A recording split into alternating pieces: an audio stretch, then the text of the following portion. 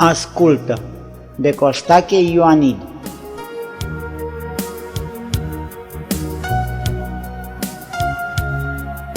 Ascultă, se aude un glas, se aude o șoaptă ciudată și poate în piept un talaz începe să bată.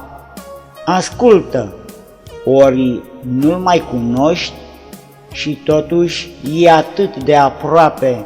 În el e un freamăt de oști, un murmur de ape.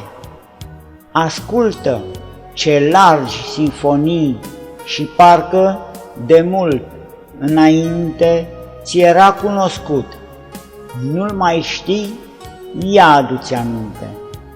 Odată când primul păcat te-a frânt sub întâia povară, atunci ți-a vorbit răspicat prima oară.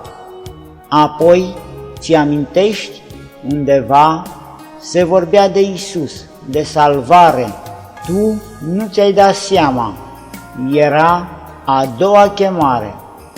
De atunci, în zori când te scoli și noaptea când liniștea crește, prin oameni, prin visuri, prin boli, mereu îți vorbește. Și simți un fior, dar degrabă păcatul te cheamă, te cere. Ce-a fost? Conștiința te întreabă, nimic, o părere. Nimic? Să te ascunzi cu o minciună? Nimic? E un duh ce se joacă? E un foșnet de frunze? O glumă? O vorbă de clacă?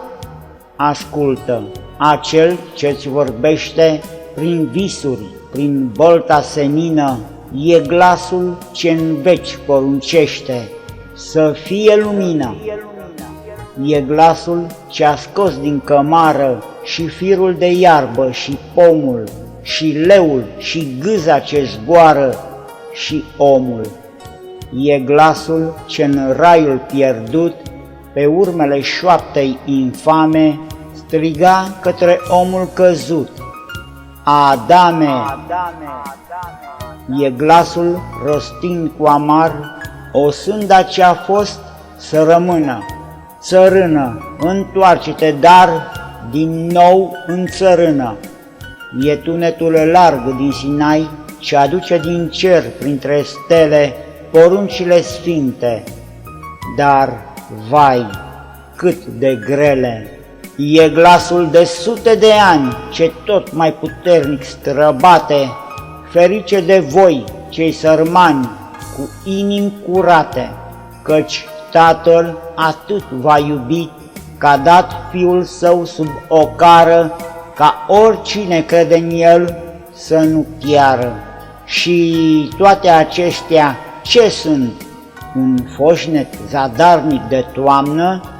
Chemarea Părintelui Sfânt nimic nu înseamnă?